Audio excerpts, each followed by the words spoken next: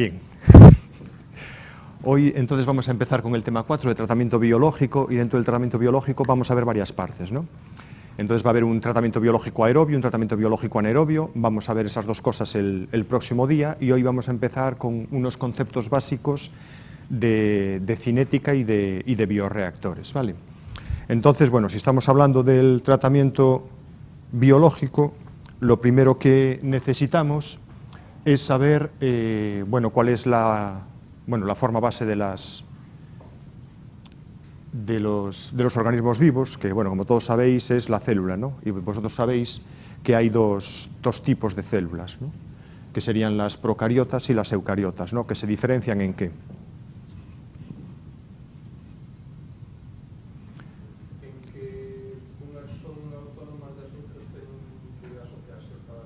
Bueno, no es una cuestión de autonomía. Básicamente, tienen diferencias, ¿no? Tienen diversas diferencias, pero básicamente la principal diferencia es que las células procariotas no tienen un núcleo diferenciado, por tanto el material genético está disperso en el citoplasma, mientras que las células eucariotas sí que tienen un núcleo diferenciado y en principio pues tienen más orgánulos y más cosas, ¿no? Pero independientemente de esas diferencias, cualquier célula necesita para vivir, para desarrollarse, para crecer y desarrollarse y generar nuevos individuos, necesita dos cosas, ¿no? Que son una fuente de energía y una fuente de carbono.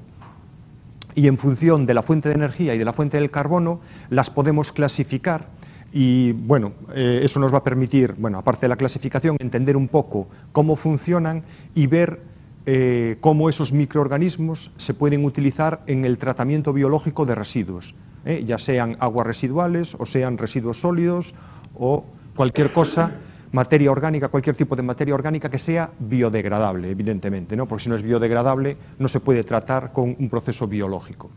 Bueno, pero aparte de la fuente de carbono y de la fuente de energía, nosotros sabemos que los organismos vivos necesitan otras cosas que son básicamente nutrientes. ¿Y qué son los nutrientes? Hemos hablado, creo que alguna vez, del tema de los nutrientes.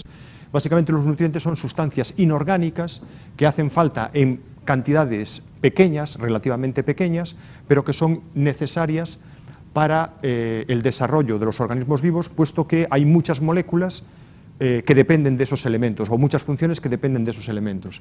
Entonces, los nutrientes más necesarios, o por lo menos necesarios en mayor cantidad, serían el nitrógeno y el fósforo. Y luego, bueno, pues un largo etcétera, ahí están escritos unos cuantos, pero habría un largo etcétera, incluso metales pesados, que pueden tener funciones importantes en el organismo, ¿vale? Y por último, unos factores de crecimiento. ¿Y qué son factores de crecimiento? Pues básicamente los factores de crecimiento son moléculas orgánicas necesarias para la vida, pero que la célula o algunas células no son capaces de sintetizar por sí mismas y por tanto lo tienen que incorporar en la dieta. Como ejemplo, pues tenemos algunos aminoácidos esenciales o algunas vitaminas, ¿no?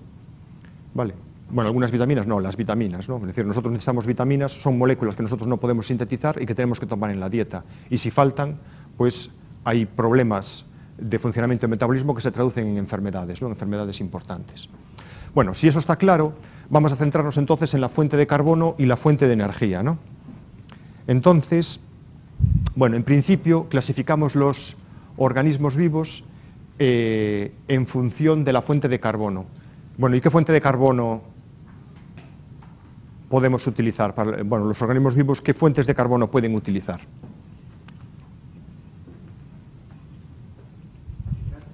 ¿Vosotros qué utilizáis? Bien, pues eso, dicho de otra manera, es carbono orgánico. Es decir, los organismos vivos o utilizan carbono orgánico o carbono inorgánico. El carbono orgánico, bueno, pues es materia orgánica, es decir, que básicamente lo que se hace ese organismo vivo es comerse a materia orgánica de otros organismos, o se utiliza el carbono inorgánico, que sería el CO2, ¿no? Entonces, ¿quién utiliza el CO2 como fuente de carbono? Las plantas, por ejemplo, pero no cualquier planta. Las plantas fotosintéticas, ¿vale? Que son la mayoría, o muchas de las que conocemos, o lo que entendemos por plantas, pero bueno, hay otros vegetales o plantas que no son fotosintéticos, ¿no? Pues tienen que tomar la materia orgánica de otros, bueno, del suelo o donde sea. De todos modos, eso es una parte que tampoco nos importa demasiado, ¿no? Nosotros vamos a ir más a los microorganismos, pero bueno, en principio tenemos claro que hay organismos que son capaces de utilizar el CO2 y otros que no somos capaces, tenemos que conformarnos con el carbono orgánico, es decir, con materia orgánica de otros organismos, ¿no? Bien, y con ese carbono orgánico, ¿nosotros qué hacemos? ¿Qué hacen los organismos vivos? Pues con ese carbono, bueno, perdón, con la fuente de carbono, ¿con el carbono qué hacen? Bueno, pues generar nuevo material celular, crecer y generar más individuos, ¿vale? Pero para la síntesis, sí, repito, es decir, con ese carbono, ¿qué es lo que hacen los organismos vivos? Pues básicamente lo que hacen es crecer y multiplicarse, es decir, generar nuevos individuos, ¿vale? Es decir, lo que vosotros tomáis en la comida sirve para generar nuevas moléculas que forman vuestro organismo, ¿no? Proteínas y otras cosas. Dime, que me ves con una cara de... Claro, acabo de decir que utilizamos o carbono. Claro, pero é que estamos falando xa... El carbono no se utiliza para mover lo que realmente regenera son proteínas. Bueno, vamos por partes, es que ahora vamos un poco a eso. A ver, si tú imagínate un niño que está creciendo y que aumenta de peso, ¿no? Entonces, ese aumento de peso, ¿de dónde viene? Pues de la dieta, ¿no? Es decir, viene de lo que come, ni más ni menos. Por tanto, el carbono lo que hace es generar nuevo material celular, dicho de una forma muy aséptica. ¿Vale? Bien, quietos. Pero para sintetizar esas moléculas, es decir, para que mi organismo sintetice unas determinadas proteínas, necesita energía. ¿Y entonces de dónde saca la energía? Bueno, pues entonces vamos al siguiente. La energía, los organismos vivos la sacan de dos sitios, o de dos posibles sitios. Uno, de la luz, por tanto son organismos fotótrofos, por ejemplo, las plantas fotosintéticas, o pueden ser quimiótrofos, es decir, que esos organismos inducen reacciones químicas de oxidación, y todas las reacciones de oxidación desprenden energía y utilizan esa energía para la síntesis. Por tanto,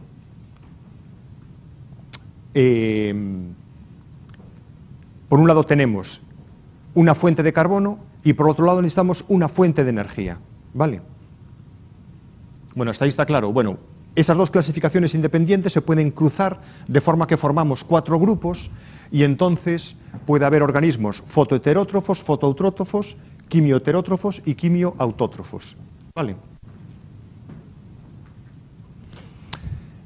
Bien, pues vamos a pasar hacia adelante y nos vamos a fijar fundamentalmente en los quimioheterótrofos porque son estos organismos los que más nos interesan desde el punto de vista de la gestión o el tratamiento biológico de residuos, ¿vale? Vamos a ir a los quimioheterótrofos. Entonces, los quimioheterótrofos son organismos que utilizan como fuente de carbono. Carbono orgánico. ¿Y qué utilizan como fuente de energía? Unas reacciones químicas. ¿Y esas reacciones químicas de oxidación, exactamente qué es lo que oxidan? Parte del carbono orgánico que han consumido en la dieta. Por tanto, el carbono orgánico que consumen en la dieta este tipo de organismos, nosotros somos quimioheterótrofos, ¿vale? Por tanto, parte del carbono orgánico que consumimos, una parte es como fuente de carbono y la otra parte la oxidamos como fuente de energía, para obtener energía, ¿vale? Entonces, el tema es qué parte se oxida para obtener energía y qué parte se incorpora al organismo. Bueno, pues cuando estamos hablando, a ver, el grupo más interesante para el tratamiento, los tratamientos biológicos son las bacterias. Cuando estamos hablando de bacterias aerobias, que serían estas, bueno, unas bacterias de este grupo, lo típico es que el 50% del carbono que consumen lo utilicen para crecer, generar nuevo material celular, y el otro 50% lo quemen para obtener energía. Y cuando digo quemar, me refiero exactamente a esta reacción. El carbono orgánico se oxida para dar CO2 y agua, ¿vale? Bien, pues cuando uno tiene una oxidación desde el punto de vista químico, ¿qué es? Hay una pérdida o ganancia de electrones.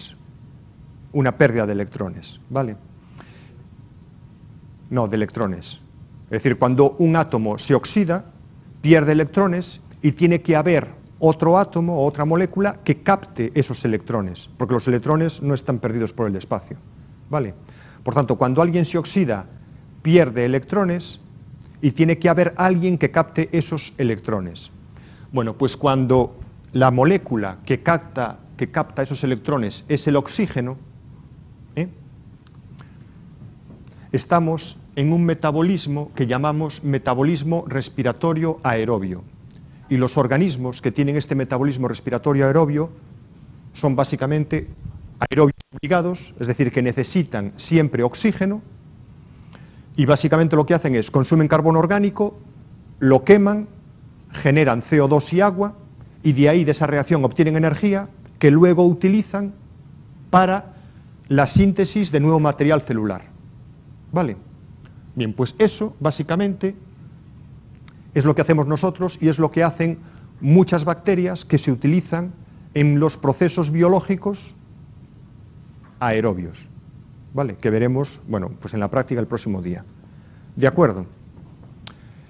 Bien, es posible que la molécula externa, esta molécula, el oxígeno, que recoge esos electrones de la oxidación, es posible que esa molécula no sea el oxígeno, por lo tanto no es un metabolismo respiratorio aerobio.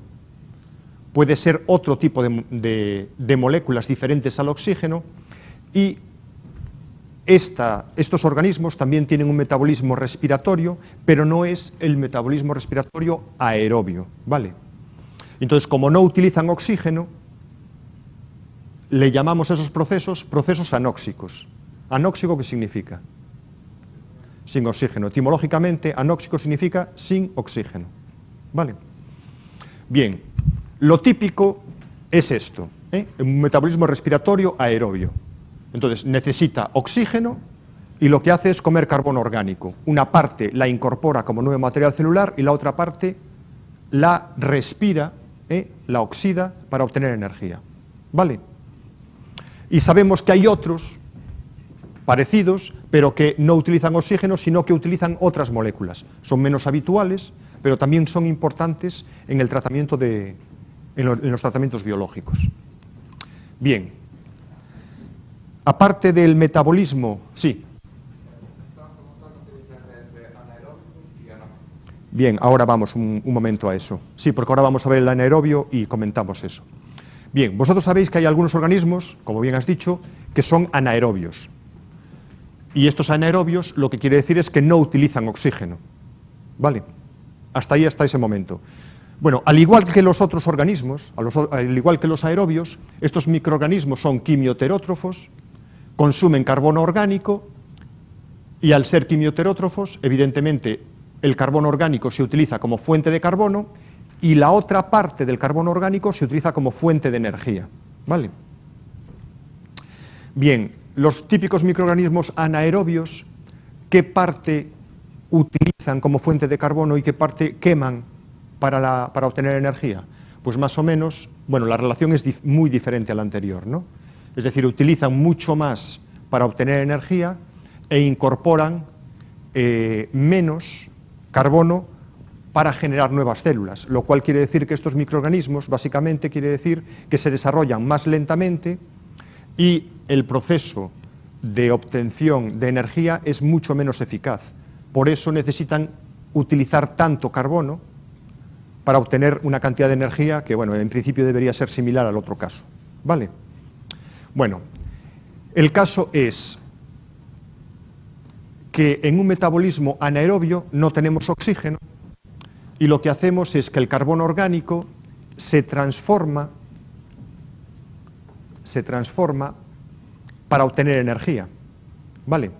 Y entonces el problema es que en esas transformaciones sobran electrones y esos electrones tienen que ser captados por alguna molécula, ¿sí? Es decir, parte del carbono se oxida y los electrones que sobran tienen que ser captados por alguna molécula.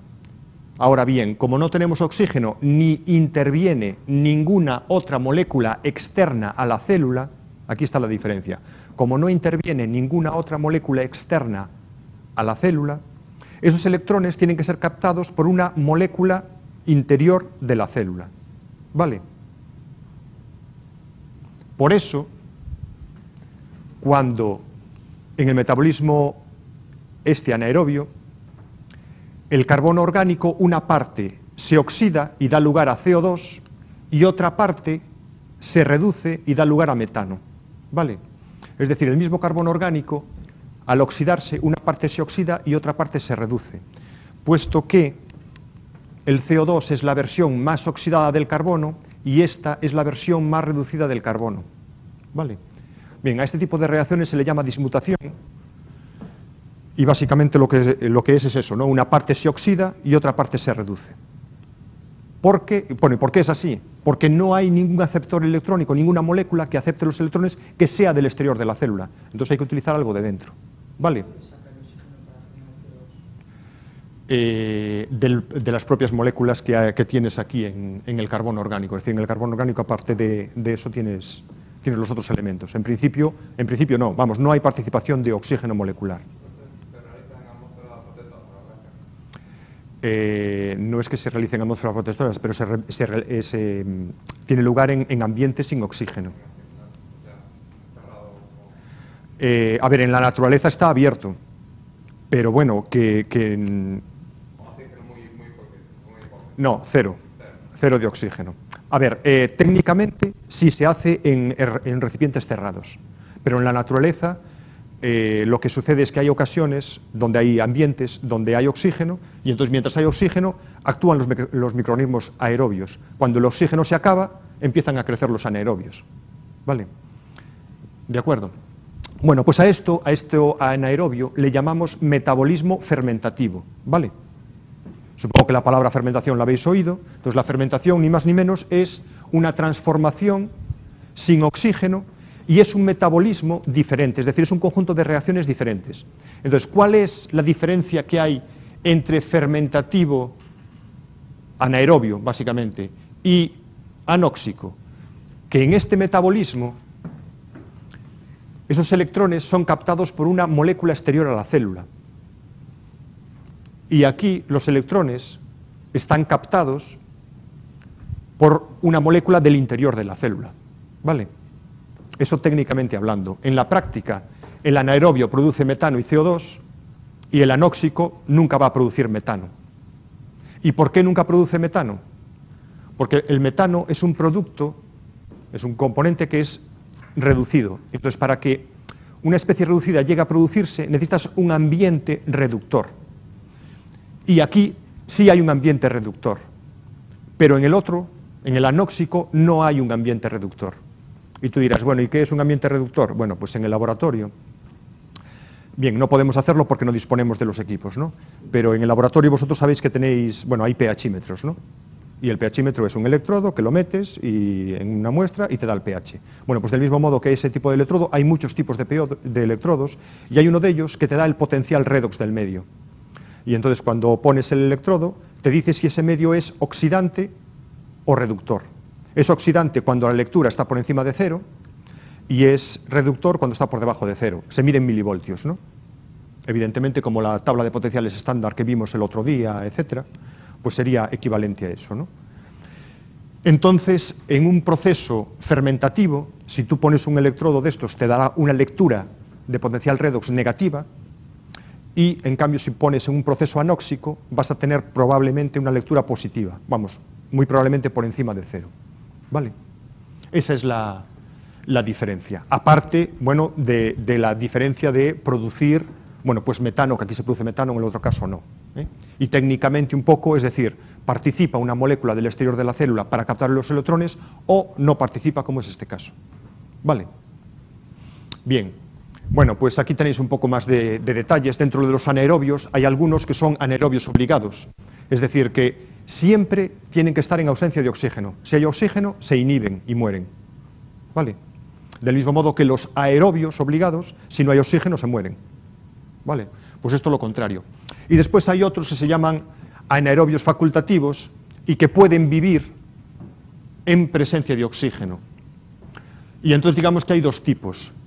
Hay organismos que cuando hay oxígeno son aerobios y cuando no lo hay cambian su metabolismo a metabolismo fermentativo, es decir, que en función de lo que haya son preferentemente aerobios, pero si no hay oxígeno, pues cambian su metabolismo y siguen viviendo, ¿no? Y después hay otros que son aerotolerantes, que básicamente quiere decir que son siempre fermentativos, pero si hay oxígeno, digamos que no les pasa nada. Si hay pequeñas cantidades de oxígeno, no se mueren, mientras que los anaerobios obligados sí se morirían. Y eso es muy importante, porque cuando uno tiene un proceso anaerobio, si por cualquier motivo se mete oxígeno, se van a inhibir las bacterias anaerobias y por tanto el proceso no va a funcionar bien. ¿Vale? ¿Alguna pregunta hasta aquí? Bueno, pues básicamente lo que nos tiene que quedar claro es que tenemos diferentes tipos de microorganismos, pero los más importantes para nosotros serían las bacterias, y esas bacterias, las más importantes, son las quimioheterótrofas, que pueden ser aerobias o anaerobias, son dos metabolismos distintos, y que son la base de los procesos biológicos aerobios y anaerobios. ¿Vale? Bien. Pues ahora os quería comentar que aparte de esas, hay otro tipo de bacterias un tanto especiales que también son interesantes para los procesos biológicos, ¿no? Y uno de estos procesos, es la eliminación de nitrógeno, que tiene lugar en dos etapas, una etapa que se llama de nitrificación y otra de desnitrificación. Vamos con la primera.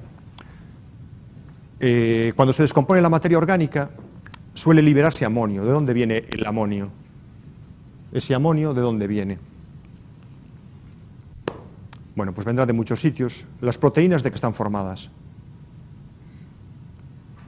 Bueno, veo que la biología la tenéis bastante olvidada. Las proteínas están formadas son polímeros, formadas por unas unidades que se llaman aminoácidos. ¿Y por qué se llaman aminoácidos? Porque tienen un grupo amino y un grupo ácido. Y el grupo amino es exactamente eso, ¿no? El grupo amino es un NH2 que cuando se descompone la materia orgánica termina dando amonio. ¿Vale?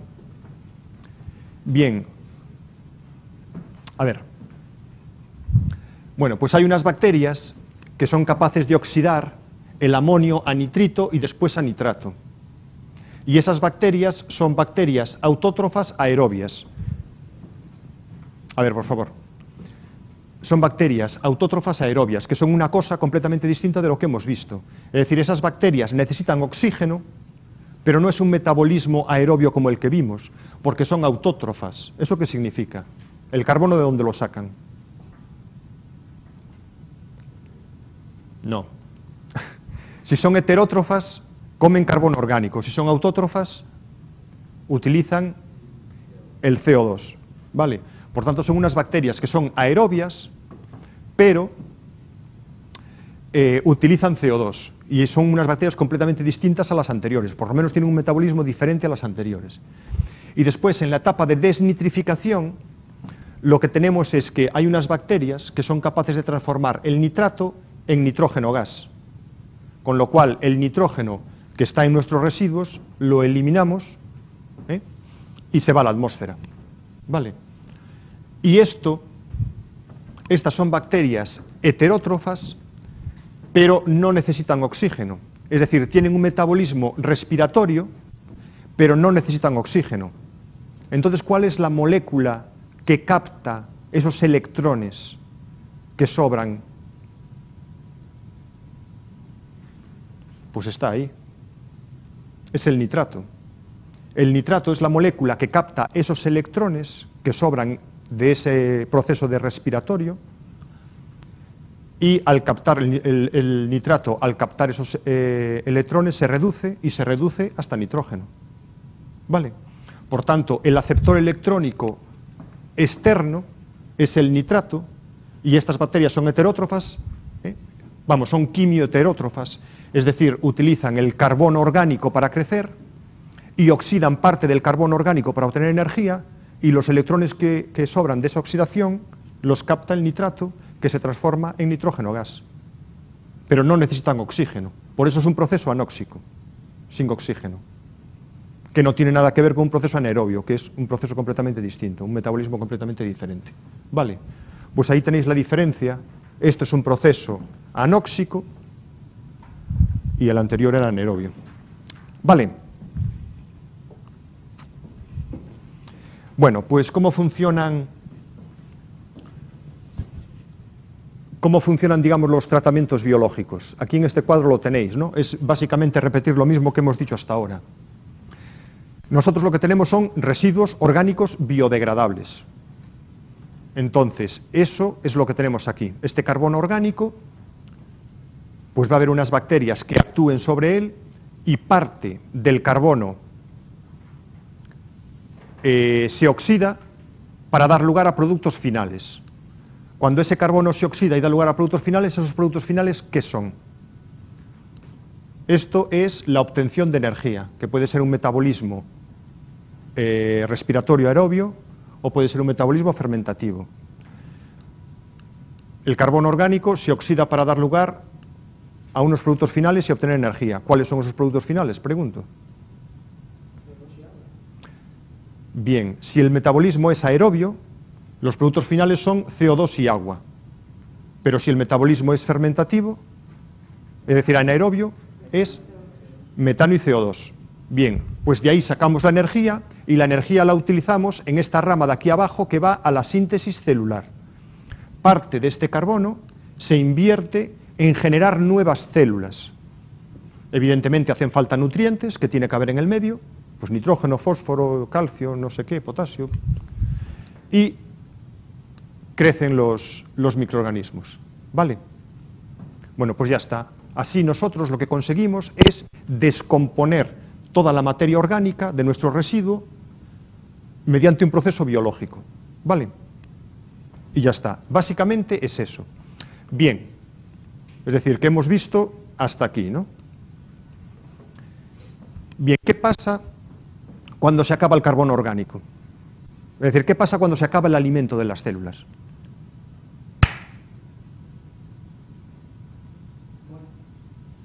Falta alimento y se mueren. Bueno, exactamente entran en una fase que se llama respiración endógena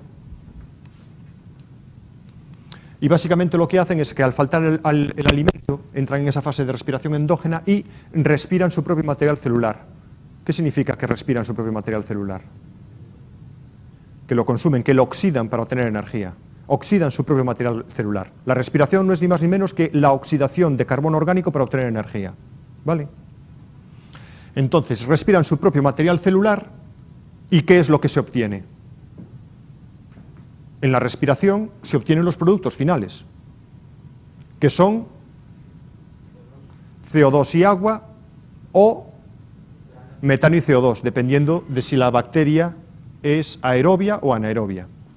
Y nos queda un residuo orgánico estabilizado, estable, que ya no es putrescible, es decir, que ya no se puede pudrir, y que, bueno, ya no tiene problemas medioambientales.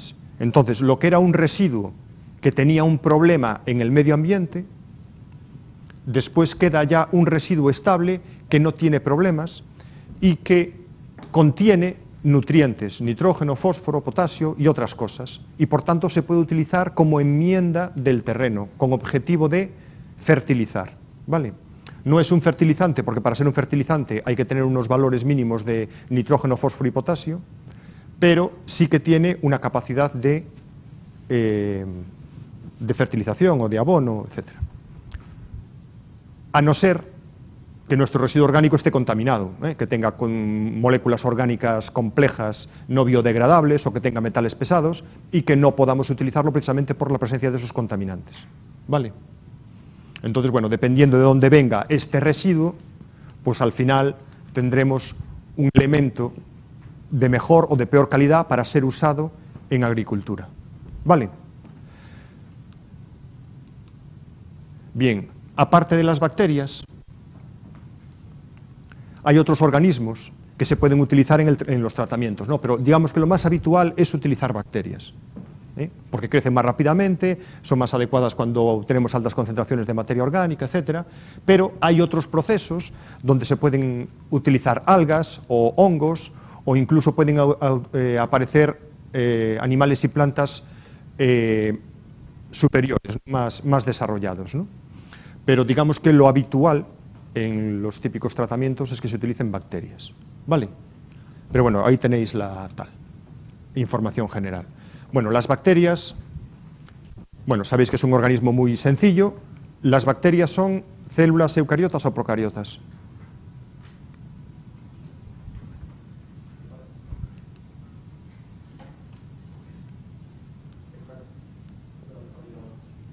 Mira, son procariotas, ¿vale? Son procariotas, es decir, que tienen un núcleo diferenciado con todo el ADN ahí en el centro, vamos, sí, ¿no? Al revés, ya veo que estáis muy atentos. Al revés, efectivamente, es decir, no tienen ese núcleo diferenciado. Bien, bueno, básicamente las bacterias para crecer lo que necesitan es humedad, tiene que haber agua, y tiene que haber una cantidad suficiente de agua, ¿no? Si no hay agua, no crecen. Así como otros organismos, como los hongos, pueden sobrevivir con cantidades inferiores de agua, las bacterias no. Es decir, tiene que haber una cantidad suficiente. No necesita ser una masa fluida, con que haya una humedad mínima en el medio sería suficiente, pero sí que es necesario siempre la presencia de humedad, ¿vale?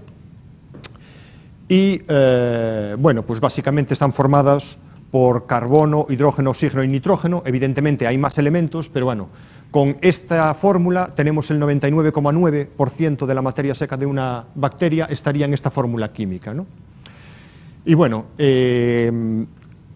el pH para una bacteria normalmente está en torno a la neutralidad, aunque dependiendo de los grupos podemos ir a rangos más amplios, ¿no? Podemos llegar a pHs alcalinos de 9,5 o a pHs ácidos de 4, pero lo más habitual es que estemos en un rango relativamente estrecho alrededor de pH 7. Y la temperatura, bueno, pues hay bacterias que se desarrollan mejor a temperaturas bajas, intermedias o altas, ¿no? Entonces, habitualmente, para el tratamiento de residuos solemos utilizar habitualmente temperaturas bajas o medias, ¿no? Los procesos biológicos aerobios suelen estar en temperaturas más bien bajas. Los tratamientos biológicos anaerobios van a temperaturas, en el rango mesófilo, a temperaturas de unos 40 grados, porque funciona mejor. A temperaturas altas, bueno, el problema de las temperaturas altas es que nosotros tenemos que calentar nuestros residuos, ¿no? No los tenemos normalmente calientes. Por lo tanto, siempre hay un mayor consumo energético y hay procesos que no son tan estables, entonces el rango termófilo no se suele utilizar tanto, ¿vale?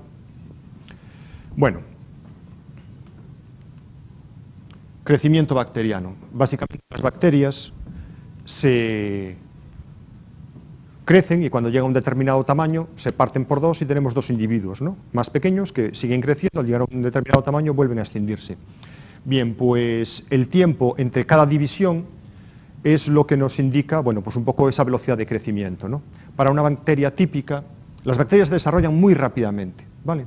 Entonces, para una bacteria típica puede ser de unos 20 minutos, incluso menos. Bueno, por ejemplo, para un tiempo de generación de 30 minutos, a partir de una bacteria en 12 horas podríamos llegar a más de 16 millones. Entonces os imagináis que, digamos, la velocidad de crecimiento es muy rápida, mucho más rápida que otros microorganismos, ¿no? O que otros organismos. Siempre y cuando las condiciones del medio sean las adecuadas. Si no hay alimentos, si no hay nutrientes, si el pH no es adecuado, si la temperatura no es la adecuada, pues entonces la velocidad de crecimiento se reduce, ¿vale? Bien, suponiendo que nosotros tenemos unas buenas condiciones, las bacterias se desarrollan siguiendo esta curva de crecimiento donde se distinguen esas cuatro fases, ¿no? Entonces, esto sería la velocidad de crecimiento o cómo crecería a lo largo del tiempo. ¿Bien? Bien, vamos a ver. Imaginaos que nosotros tenemos un agua residual o un residuo cualquiera donde hay una buena temperatura, nosotros ajustamos la temperatura, el pH, los nutrientes, hay alimento suficiente, carbono suficiente, es decir, todo está en unos rangos, si no óptimos, buenos, ¿no? Bien, pues nosotros ponemos una pequeña cantidad de bacterias y entramos primero en esa fase de retardo, ¿vale? ¿Y por qué entramos en esa fase de retardo? Pues básicamente porque es como si las bacterias no se hubieran enterado de que están en unas buenas condiciones y todavía no empiezan a crecer, ¿no? Empiezan a desarrollarse lentamente. Entonces, cuando, digamos, se dan cuenta que están en un buen ambiente, entonces empieza esa fase de crecimiento exponencial. Y si las condiciones son óptimas, la velocidad de crecimiento en esta fase exponencial es la máxima velocidad de crecimiento a la que puede desarrollarse esa célula. Y esa velocidad máxima es característica para cada especie. ¿Vale? Bien, cuando empieza a faltar el alimento, la velocidad de crecimiento disminuye hasta que se llega a la fase estacionaria. ¿Qué significa la fase estacionaria? Pues significa que el número de individuos nuevos es igual al número de individuos que mueren. Y cuando ya no hay alimento, es cuando entran en la fase de muerte y por tanto el número de individuos disminuye. ¿Vale? Básicamente la fase de muerte corresponde con lo que llamamos antes metabolismo endógeno. Falta el alimento y entonces respiran su propio material celular para, bueno, se produce la lisis de la célula, la rotura y la muerte de las células. ¿Vale? Entonces normalmente nuestros procesos biológicos están pensados para operar en la fase de crecimiento exponencial o principios de la fase estacionaria, ¿no? Es decir, donde haya un rápido crecimiento y una descomposición rápida de la materia orgánica. Pero cuando queremos obtener ese residuo orgánico estabilizado que comentábamos antes, tenemos que llevar el proceso biológico hasta las últimas consecuencias. Es decir, tenemos que llegar hasta la fase de muerte, para que la mayor parte de los microorganismos que hay en el medio también se mueran y tengamos ese residuo orgánico estabilizado, que es lo que nosotros, vamos, es lo que es estable y que podemos utilizar como enmienda del terreno o como sea. ¿De acuerdo? ¿Todo claro? Bueno, pues en función del tiempo de tratamiento, bueno, las bacterias veis que son los microorganismos más abundantes, pero pueden aparecer otro tipo de organismos, ¿no?, en los procesos. Entonces aquí, bueno, aparecen algunos, y básicamente, de forma general, podemos decir que cuando hay una alta concentración de materia orgánica, los organismos que se pueden desarrollar mejor son las bacterias, y a medida que, digamos, vamos depurando y que hay una menor concentración de materia orgánica, pueden aparecer organismos superiores. ¿Vale? Bueno, simplemente eso. De todos modos, nosotros nos vamos a fijar en las bacterias, que es lo que nos interesa, y listo. Y entonces vamos a ver el tema de los bioreactores para el tratamiento biológico. Bien. ¿Qué hora tenemos?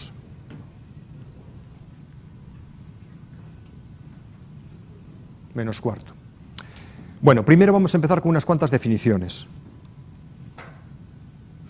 A ver, todo esto lo tenéis en FITIC, la misma presentación, y tenéis también un pequeño dossier con todo esto explicado en texto, ¿no? Por lo tanto, si os surge alguna duda, podéis ir ahí y leerlo con calma y verlo. Entonces, ahora lo que me gustaría es que entendierais cómo funciona esto, ¿no? Entender las definiciones y tal, y bueno, las ecuaciones no tenéis que memorizarlas, y cuando las necesitéis podéis echar mano de las ecuaciones.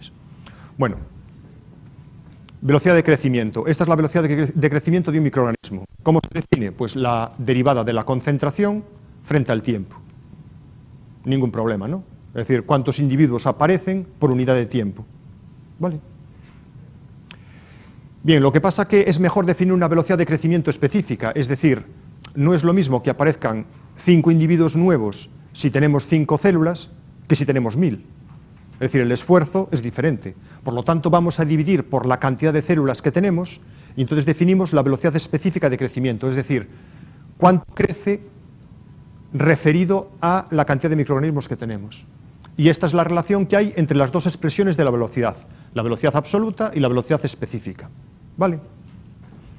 Bien, lo que dijimos antes es que cuando todas las condiciones son óptimas, un microorganismo crece a la velocidad máxima que puede hacerlo, que es característica de ese microorganismo.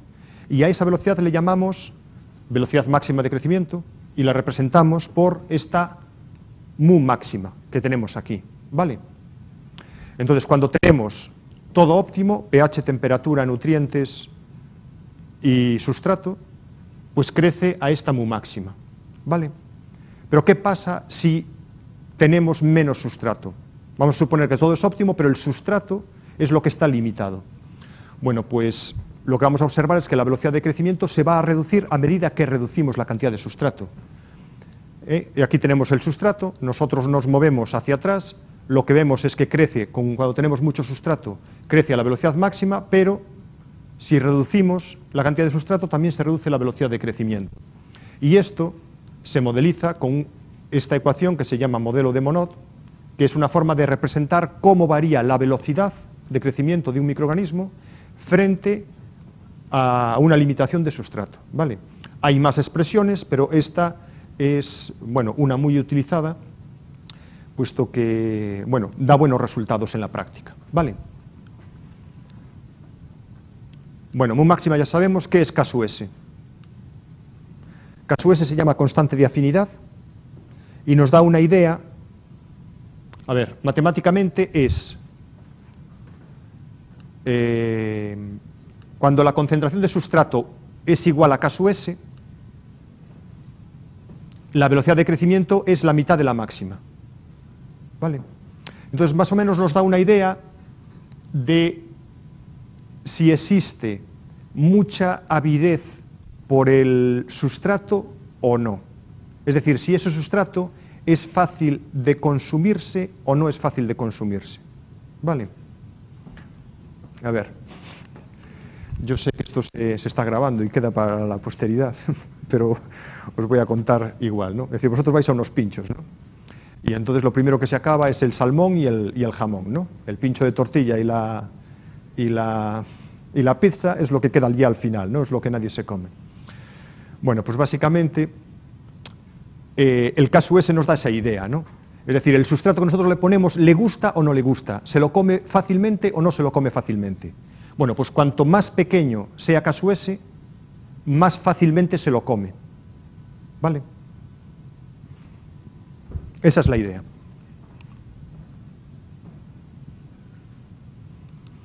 Bueno, aquí tenemos un pequeño ejercicio de calcular la velocidad específica frente a diferentes concentraciones de sustrato para estos datos. Es simplemente aplicar la ecuación anterior, no tiene mucho misterio, es simplemente para que hagáis ejercicios. Os pongo ahí la respuesta y vosotros podéis ensayar el hacerlo, ¿no?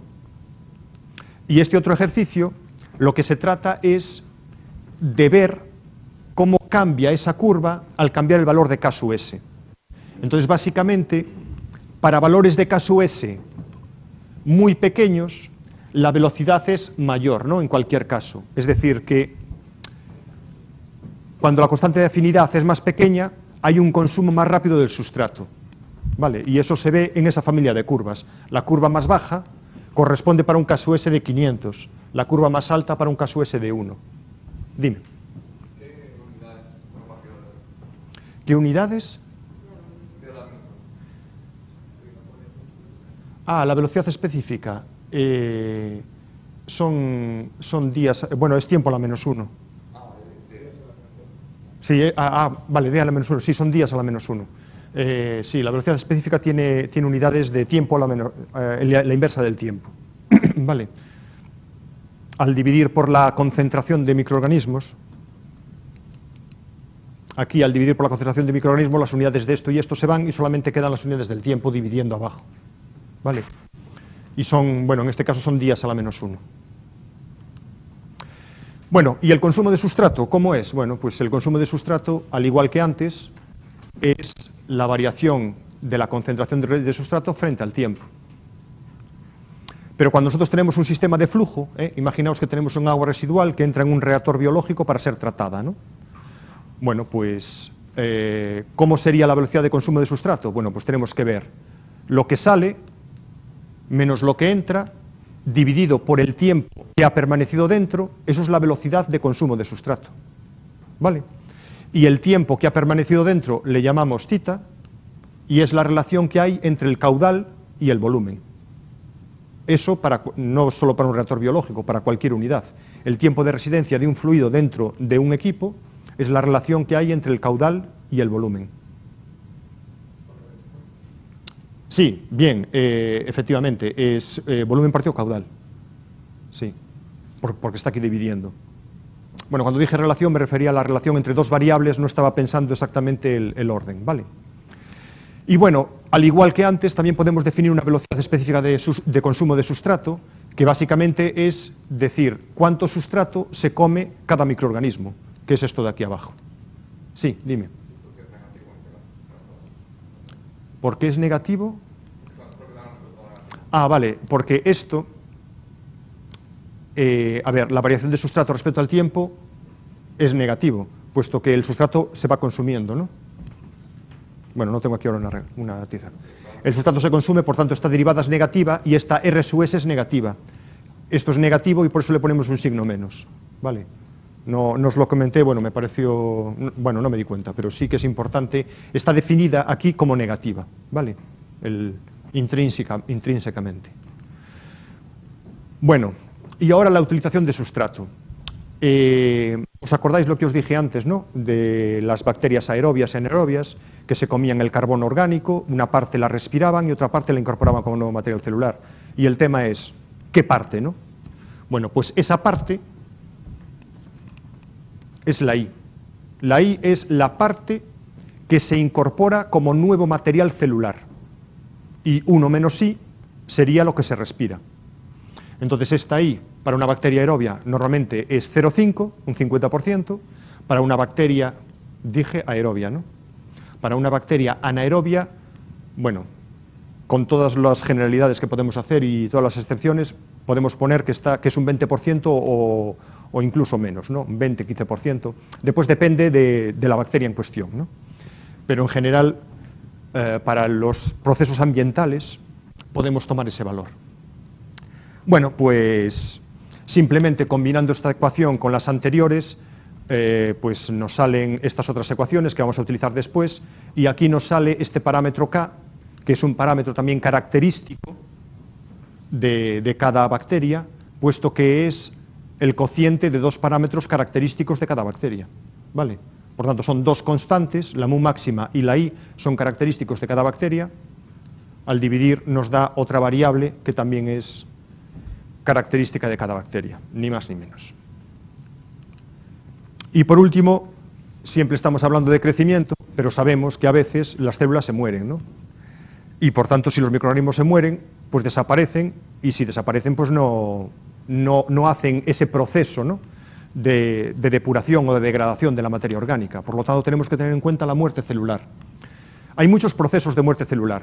Se pueden morir porque falta alimento, porque faltan nutrientes, por cambios de pH, por presencia de tóxicos o inhibidores, por depredadores, es decir, organismos superiores que se alimentan de ellos, etcétera, ¿no?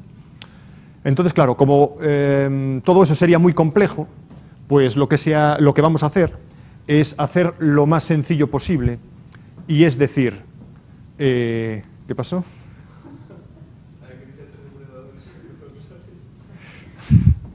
Sí, a ver, en los procesos biológicos, si las bacterias son las que degradan la materia orgánica, también puede haber otros organismos superiores que se alimentan de esas otras, y cuando uno se alimenta de otro, pues se llama depredador, ¿no? Bueno, después explicáis el chiste. Bueno, venga, pues vamos a poner la expresión lo más sencilla posible, ¿no? Que sería decir, bueno, ¿cuántas células se mueren? Bueno, pues se mueren una cantidad proporcional al número de células, es decir, cuantas más tengo, más se pueden morir. Y entonces le ponemos aquí este K sub D, y entonces podemos redefinir nuestras ecuaciones, incluyendo la velocidad de crecimiento y la velocidad específica de crecimiento. Vamos a meter la muerte celular ahí dentro, y entonces cuando estamos hablando de expresiones cinéticas con la muerte celular le ponemos una prima, ¿vale? Entonces tenemos la Rx', es la velocidad de crecimiento que tiene en cuenta la muerte celular, y la mu', que sería la velocidad específica de crecimiento que tiene en cuenta la muerte celular, ¿vale? ¿Hasta aquí bien? ¿Todo claro? Bien, estoy encantado.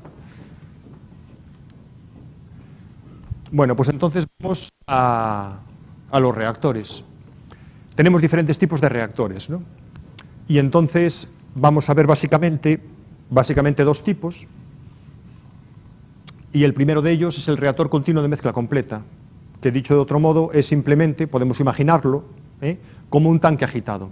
Es decir, es un reactor que cuando entra nuestro influente se mezcla automáticamente, inmediatamente, con todo el contenido y, bueno, se descompone la materia orgánica porque hay microorganismos ahí dentro y sale una corriente, ¿no? Y lo que hay que tener claro es que lo de dentro está perfectamente mezclado. Esa es la única característica de este reactor. Por lo tanto, lo que sale es exactamente lo mismo que lo que hay dentro. ¿Vale? Por tanto, la concentración de sustrato a la salida y la concentración de microorganismos a la salida es exactamente lo mismo que lo que hay dentro del reactor. Pero diferente de lo que entra, puesto que nos entra un agua y ahí hay un proceso de consumo de materia orgánica. ¿Vale?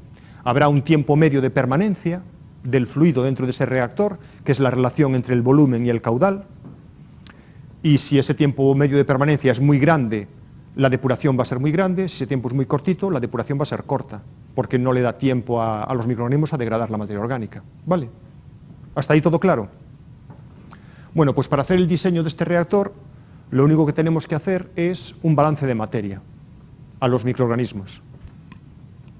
Los balances de materia ya sabéis cómo funcionan, y entonces tenemos que los términos de entrada más generación es igual a salida más acumulación. ¿Cuántos microorganismos entran? Bueno, pues en nuestro efluente no tiene por qué tener microorganismos, y si los tiene, la cantidad que puede tener es tan pequeña comparado con lo que hay dentro que los vamos a despreciar. ¿Vale? Por tanto, la entrada es cero. La generación. ¿Cuántos microorganismos se generan dentro del sistema? Bueno, pues es la velocidad de crecimiento que tiene en cuenta la mortandad celular multiplicado por el volumen. Eso es la generación de microorganismos por unidad de tiempo. ¿Cuántos salen? Pues es el caudal por la concentración.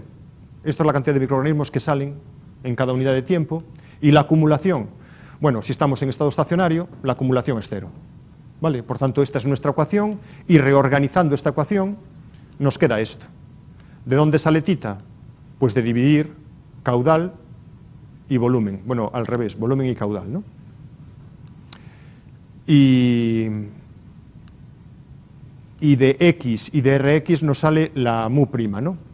Es decir, básicamente lo que quiere decir es que la velocidad específica de crecimiento está relacionada con el tiempo de permanencia. ¿Vale?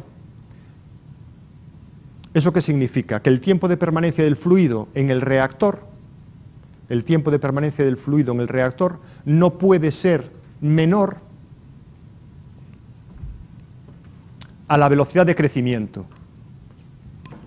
¿Por qué? Porque si el fluido pasa demasiado rápido, se lleva las células y no le da tiempo a crecer, y por tanto lavamos el reactor. Eliminamos todas las células del reactor.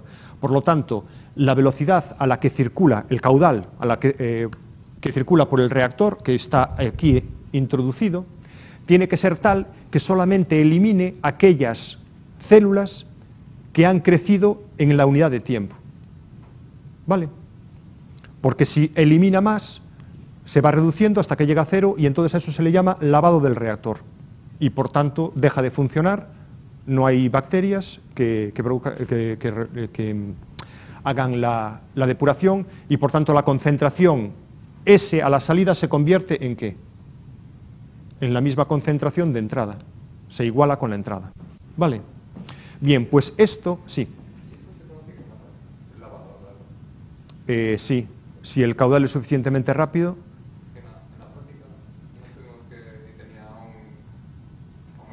Es que en la práctica, sí, claro, pero a ver, en la práctica nosotros tenemos una unidad, un decantador, que separa la biomasa y la devuelve al interior del reactor, que es lo que aquí no hay.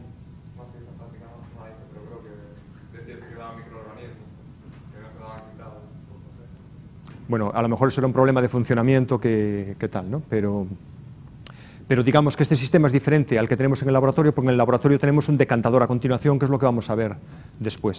¿Vale? Y esto en la práctica sí que se da. Y se da porque el tiempo de retención celular, que es esto, es igual al tiempo de retención del fluido. ¿Vale? Es decir, las células y el fluido se mueven exactamente igual. Entonces, si yo aumento el caudal, también elimino las estoy aumentando la eliminación de las células y por tanto se puede llegar a producir el lavado del reactor. Y esto es porque, fijaos, estas dos ecuaciones son exactamente iguales. Tiempo de retención del fluido y tiempo de retención celular son exactamente iguales. ¿Vale? Bueno, si aparte de eso hacemos un balance de materia al sustrato que entra, que se consume, que sale, que se acumula, y aplicamos y trabajamos con la ecuación y con el balance de materia, es decir, el balance de materia al sustrato con el balance de materia a los microorganismos, llegamos a estas tres expresiones de aquí abajo. Es decir, que matemáticamente, esto es simplemente un ejercicio matemático, ¿vale? Matemáticamente nosotros podemos llegar a conocer cuál es la concentración de biomasa en el reactor y en la salida, cuál es la concentración de sustrato en el reactor y a la salida, y cuál es la eficacia de depuración. Y todo eso, si os fijáis, está en función de variables que son conocidas, de parámetros cinéticos del microorganismo, como son la K sub S, K sub D, el tiempo de permanencia, la I, la K. Por tanto, si nosotros conocemos la población de microorganismos que hay dentro, que podemos conocerla, nosotros podemos saber cuál es el grado, matemáticamente podemos saber cuál es el grado de depuración del reactor. Bueno, pues yo lo que os proponía entonces era un ejercicio donde os digo, bueno, tenemos aquí un efluente de aguas residuales con determinada concentración de materia orgánica biodegradable y tenemos una población de microorganismos que tiene estos parámetros cinéticos, ¿no? Estos de aquí. Y entonces dice, bueno, determinar la concentración de biomasa, la concentración de contaminación a la salida y el grado de depuración en función del tiempo de retención celular, en función de tita sub C. Bueno, pues esta es la respuesta. Bueno, ¿y qué es lo que se observa? Lo que se observa es, si nosotros tenemos tiempos de retención celular muy altos, o tiempos de permanencia del fluido, que es lo mismo, muy altos, eso significa, un tiempo de retención celular muy alto significa un caudal muy pequeño, ¿vale? Para un reactor que ya está construido con un volumen fijo, aumentar el tiempo de retención significa disminuir el caudal. Por tanto, cuando el tiempo de retención es muy alto, tenemos un grado de depuración muy grande, esta línea verde es el sustrato a la salida, queda muy poquito, una eficacia muy alta y una concentración de biomasa, la que sea. ¿Qué pasa si nosotros vamos reduciendo el tiempo de retención celular o el tiempo de retención del fluido? Lo que sucede es que cada vez depura menos, si vamos aumentando el caudal, reducimos el tiempo de retención, cada vez depura menos, y llega un momento en que la biomasa baja y llega a cero, ¿vale? Pues eso es lo que llamábamos lavado del reactor. El tiempo de retención celular es tan pequeño que se eliminan las células más rápidamente de lo que crecen, por tanto llega un momento en que se eliminan todas. Entonces nosotros no podemos operar por debajo de este tiempo, ¿no? Este tiempo es aproximadamente 0,45 días. Nosotros no podemos operar por debajo de ese tiempo, tenemos que operar siempre por encima. Es la única manera de que el reactor funcione. ¿Vale? Y entonces, ¿dónde operamos? ¿Tú dónde operarías? ¿A qué valor? Sí, por encima, sí, pero ¿cuál? Dime. En 1, por ejemplo. ¿En qué tiempo? En 1. ¿Tú operarías, por ejemplo, en 1? El problema de operar con un día de retención celular es que estás aquí. Y esta es una situación muy inestable. Porque si hay cualquier problema, el sistema puede evolucionar hacia el lavado del reactor. ¿Vale? Entonces, por seguridad, hay que operar siempre muy lejos de este punto. Un factor que sea entre 2 y 20 veces este valor. ¿Vale? Entonces, si esto es 0,5 por 2 nos daría, bien, nos daría 1. Y por 20 nos daría 10, ¿no? Bien. La variación es mínima, ¿cómo? En 1 y en 10, poco varía la curva. ¿Cuál? ¿La de biomasa? Sí, cuando está tapado. Bueno, pero a nosotros no nos importa tanto la biomasa, sino la eficacia de depuración y la concentración a la salida. Entonces no es lo mismo estar aquí, es decir, no es lo mismo depurar un... un 90 que un 99. Claro, es lo que digo, que es que hace una recta. Bueno, pero a ver, esto también es un ejercicio, también depende de estos parámetros, ¿no? A lo mejor estos parámetros... Por ejemplo, a partir de 4, Sí, haría lo mismo, ya, más o menos, sí. Pero bueno, siempre tienes que operar suficientemente lejos de aquí para que cuando haya cualquier reacción de caudal o cualquier retardo, es decir, imagínate que te entra alguna especie, algún inhibidor o algo así y las bacterias no crecen bien, se te puede producir el lavado del reactor si estás muy cerca de esta situación. Por lo tanto, hay que estar lo suficientemente lejos para evitarlo, ¿vale? Bien, aquí simplemente es para calcular el tiempo de retención. Yo os dije que esto era 0,45, pero el tema, bueno, porque yo ya lo sabía, ¿no? El tema es cómo se calcula. Bueno, pues se calcula con el balance de materia de los microorganismos. Lo que tenemos que poner es que esta concentración S, cuando se produce el lavado del reactor, tenemos el valor mínimo de θ sub c, la concentración S de salida es S0, y entonces con esta ecuación ya obtenemos el valor, ¿no? Todos los demás parámetros los tenemos, ya se obtiene ese valor. Esa es la forma de calcularlo. Pero hay que multiplicar por el factor de seguridad para operar, ¿no? Que anda más o menos entre 2 y 20, ¿no?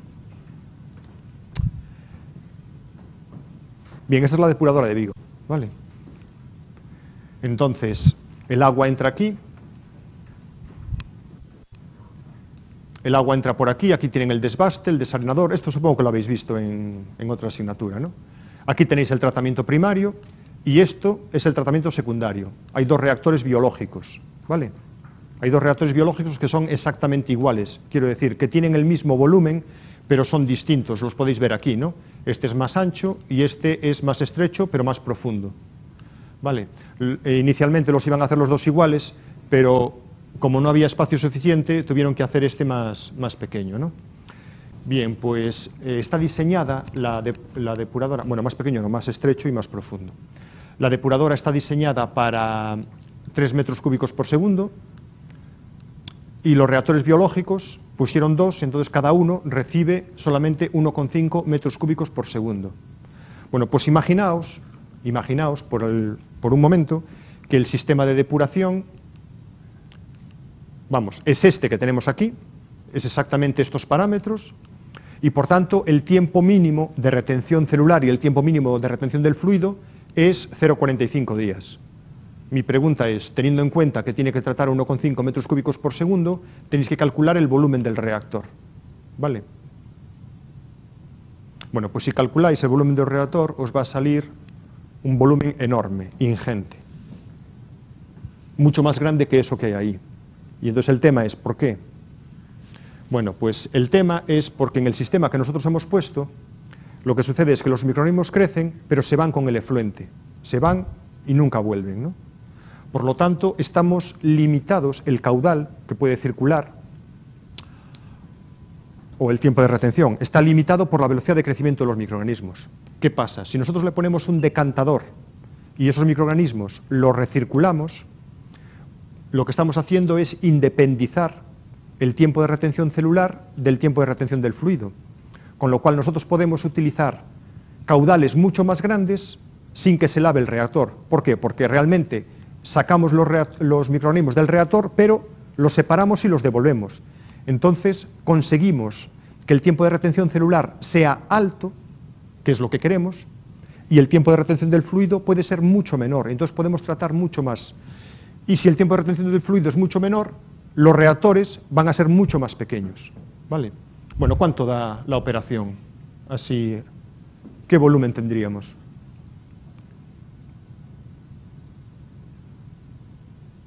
Bueno, lo dejamos para el próximo día, ¿no?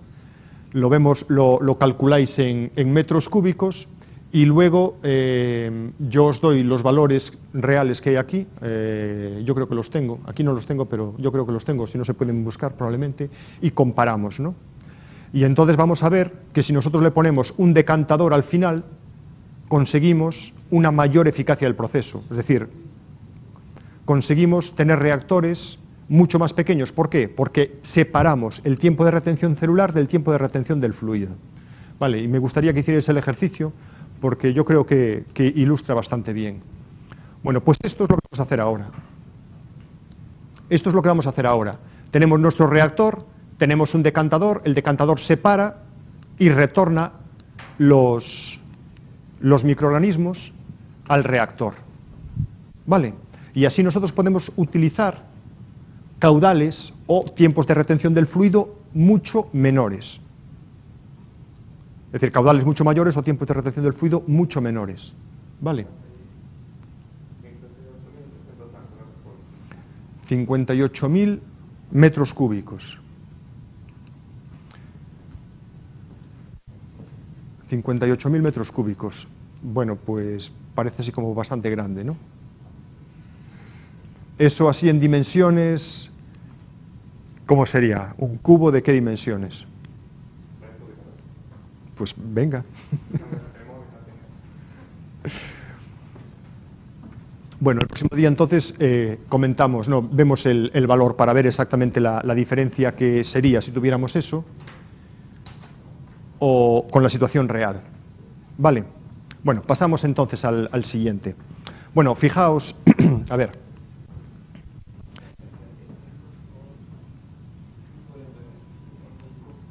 ¿Cómo? Es decir, un cubo de 40 metros.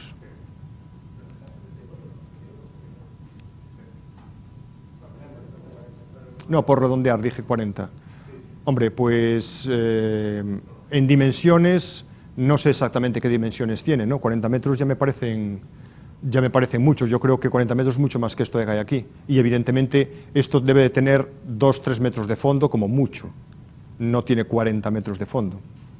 Por lo tanto, evidentemente, estamos con unos equipos muchísimo, pero muchísimo más grandes que los que realmente tenemos.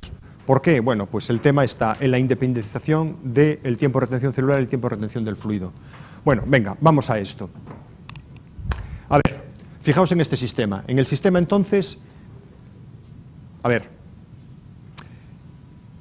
el agua entra, ¿no?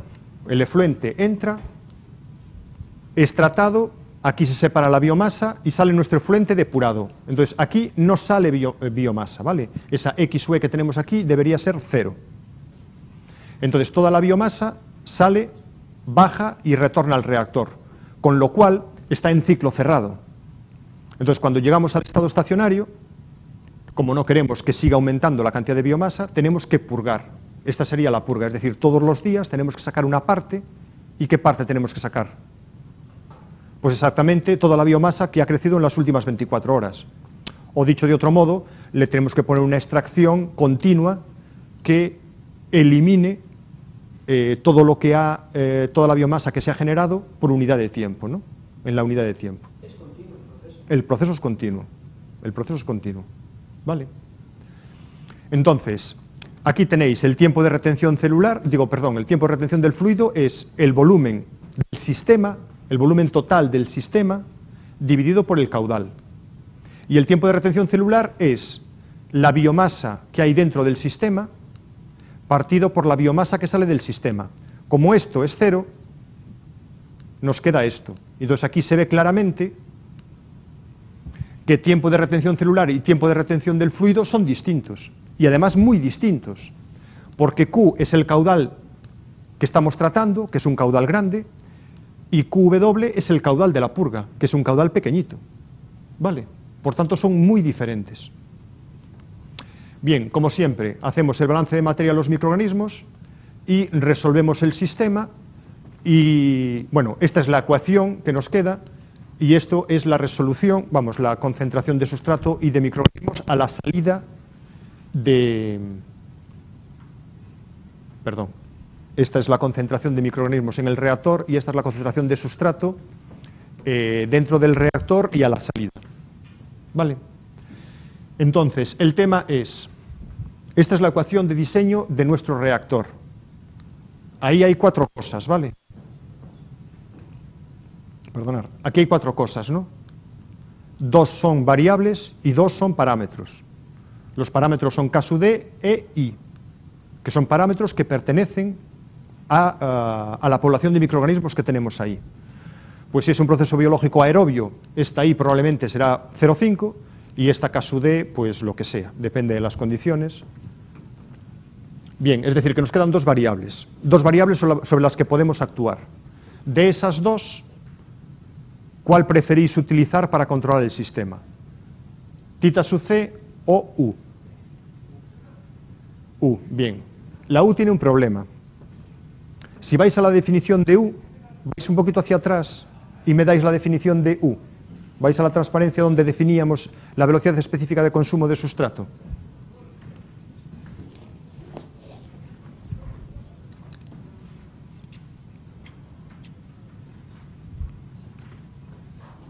A ver. U es igual a qué? S0 menos S partido tita por X. No se ve bien. Espera que tenga la luz.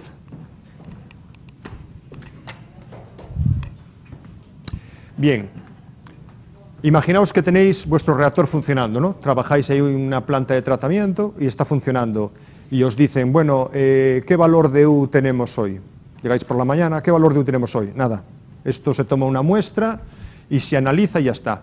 Entonces analizáis la cantidad de sustrato a la entrada. ¿Cómo la analizáis?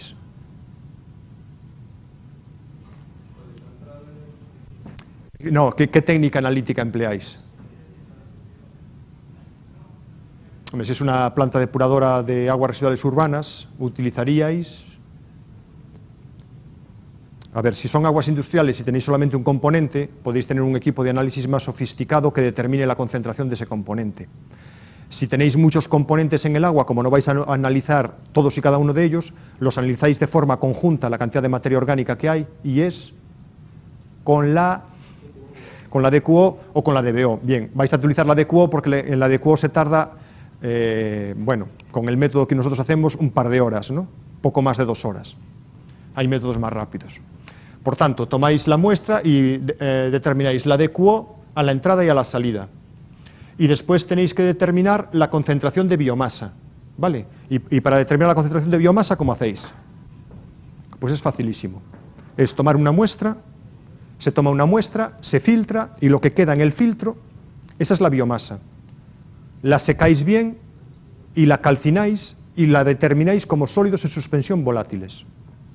La biomasa se determina como sólidos en suspensión volátiles. Es decir, que necesitáis, pues eso, un par de horas. Porque necesitáis, bueno, la filtración la hacéis enseguida, 1 hora para secar y otra hora para calcinar. Y tenéis los sólidos de suspensión volátiles y ya está. Bien, ¿hay algún tipo de problema con ese análisis? Es decir, cuando tú filtras, todo lo que te queda encima del filtro es biomasa, viable, viva. O puede haber biomasa muerta o puede haber materia orgánica en suspensión que quede retenida. El problema es que para analizar la cantidad de biomasa, el método de análisis genera mucho error, porque de todo eso que tenemos ahí no sabemos si es biomasa viable o no. Puede haber células muertas y puede haber otra materia orgánica o no orgánica que nos interfiera en el análisis. Por tanto, nosotros vamos a tener malos valores de U. Pero el tiempo de retención celular se determina así.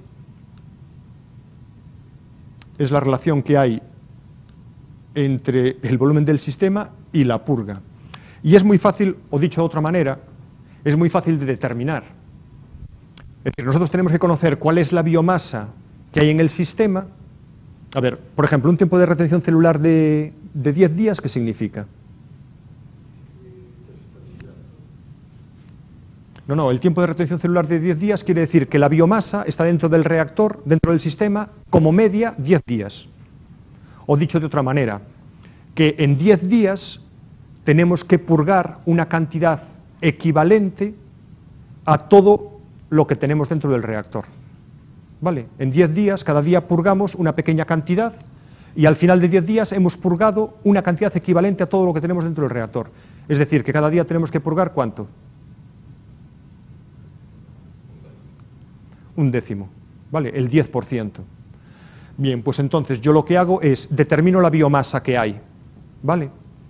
Y purgo el 10% y ya sé que el tiempo de retención celular es de 10 días. Y tú me vas a decir, claro, pero es que la biomasa me acabas de decir que no eres capaz de determinarla bien. Pero como yo lo que tengo que hacer es purgar el 10%, a mí me da igual que este valor sea correcto o no. Es decir, este valor, imaginemos, este valor de aquí es la biomasa, aquí hay una biomasa muerta y aquí hay otros sólidos en suspensión volátiles que no sé qué son. ¿Vale? Si yo purgo el 10% de esto, estoy purgando el 10% de este trocito. ¿Sí o no? ¿Sí o no? Si yo purgo el 10% del total, también estoy purgando el 10% de esto, el 10% de esto y el 10% de esto. Por lo tanto, aunque mi valor no sea muy correcto, sí que purgo exactamente lo que quiero. Y entonces lo que voy a hacer es, si el sistema está funcionando bien, purgo lo que tengo que purgar. Si quiero aumentar el grado de depuración, ¿qué hago? Purgo menos. Y por tanto aumento el tiempo de retención celular. Y si quiero bajar el grado de depuración, porque ya depuré demasiado y no hace falta depurar tanto y me está costando dinero, lo que hago es purgar más. Es decir, que el tita sub c es el parámetro de control más adecuado y más fácil de manejar, ¿vale? Y simplemente actuando sobre la purga, aumentando o disminuyendo la purga, podemos aumentar o disminuir el tiempo de retención celular y por tanto el grado de depuración. ¿De acuerdo? Bueno, pues igual que en el caso anterior, podemos determinar también aquí, a pesar de que aquí estemos recirculando la biomasa, también aquí tenemos un tiempo de retención celular mínimo, que no podemos eliminar, que se calcula así, se calcula exactamente igual. Y solo nos falta el último tipo de reactor, que es el reactor de flujo en pistón. Y luego vamos a comparar este reactor con el anterior, ¿vale?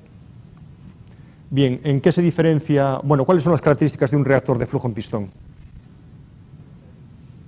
¿Perdona? A ver, en el reactor de mezcla completa la diferencia es muy sencilla y es el grado de mezcla que hay. En el reactor de mezcla completa, el fluido entra y se mezcla completamente en el mismo instante en el que entra. Aquí el grado de mezcla es 0. Es decir, que el fluido entra y no se mezcla con el fluido que ha entrado antes, ni con el fluido que ha entrado después. De modo que todos los elementos de fluido entran en el reactor uno detrás de otro y salen exactamente al mismo tiempo. No, perdón, están dentro del reactor exactamente la misma cantidad de tiempo. ¿Vale? Entonces, el tiempo de permanencia del fluido en un reactor de mezcla completa es un valor medio. Aquí es realmente un valor exacto. Todos los elementos de fluido entran en un determinado momento y salen al cabo de tita segundos o tita tiempo, ¿no? ¿De acuerdo?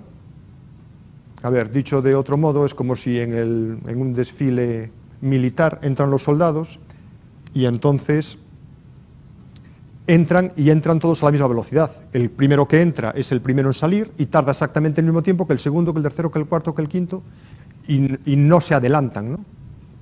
¿Vale? Bueno, pues eso es lo que sucede en este tipo de reactor, es decir, el grado de mezcla es 0. Evidentemente esto es una idealización. Para tener un reactor de estos, normalmente lo que tenemos son reactores estrechos y alargados, para conseguir que ese grado de mezcla sea 0. Y cuando tenemos un reactor de mezcla completa, normalmente tenemos tanques agitados. Puede haber otras disposiciones, ¿no? Entonces lo que hacemos es, bueno, metemos nuestro efluente, entra en el reactor, crece la biomasa, ¿no? Se produce la depuración, aquí en el decantador se separa y se retorna a la entrada. Se retorna la biomasa a la entrada y continúa el proceso. Y evidentemente esto es un proceso en continuo. A la salida del reactor hay una purga y bueno, básicamente el sistema es equivalente al anterior, simplemente que el reactor en vez de ser mezcla completa es flujo en pistón. a la entrada, se recircula justo a la entrada. ¿Vale? Bueno, pues haciendo el balance de materia con estas suposiciones, obtenemos una ecuación que sería esto. Aquí el tratamiento de los números es un poquito más complejo, pero bueno, también muy sencillo. La ecuación la tenéis aquí, y entonces ahora el tema es comparar los dos reactores y decir, bueno, ¿qué es mejor? ¿Un reactor de flujo en pistón o un reactor de mezcla completa? Bueno, pues para estos datos, ¿vale? Para estos datos podemos comparar los dos reactores. ¿Y a qué conclusión llegamos? ¿A qué conclusión llegamos?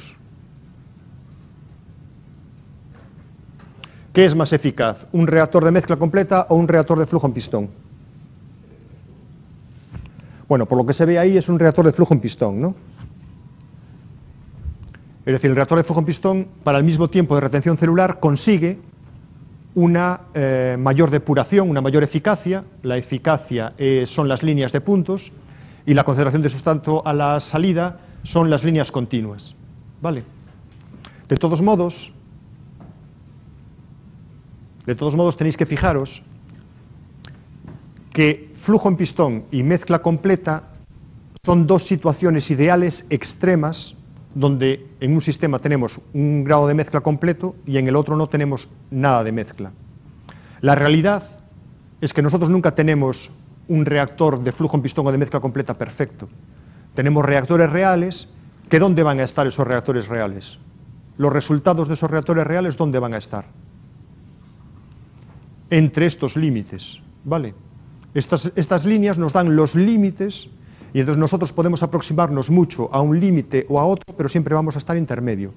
Y esta diferencia en la práctica no es tan grande. Es decir, que tanto se puede emplear un reactor de flujo en pistón como un reactor de mezcla completa, porque en la práctica esa diferencia no es tan grande. ¿Vale? Y entonces podéis ver que hay reactores de mezcla completa o que tienen un flujo en mezcla completa o que hay reactores de flujo en pistón. ¿Vale? Hace tiempo visitamos una refinería y tenían, para el tratamiento de las aguas, tenían un tratamiento biológico y tenían un sistema de reactores de flujo en pistón, ¿no? Entonces, para tenerlos, lo que tenían era como una gran piscina dividida en diferentes canales.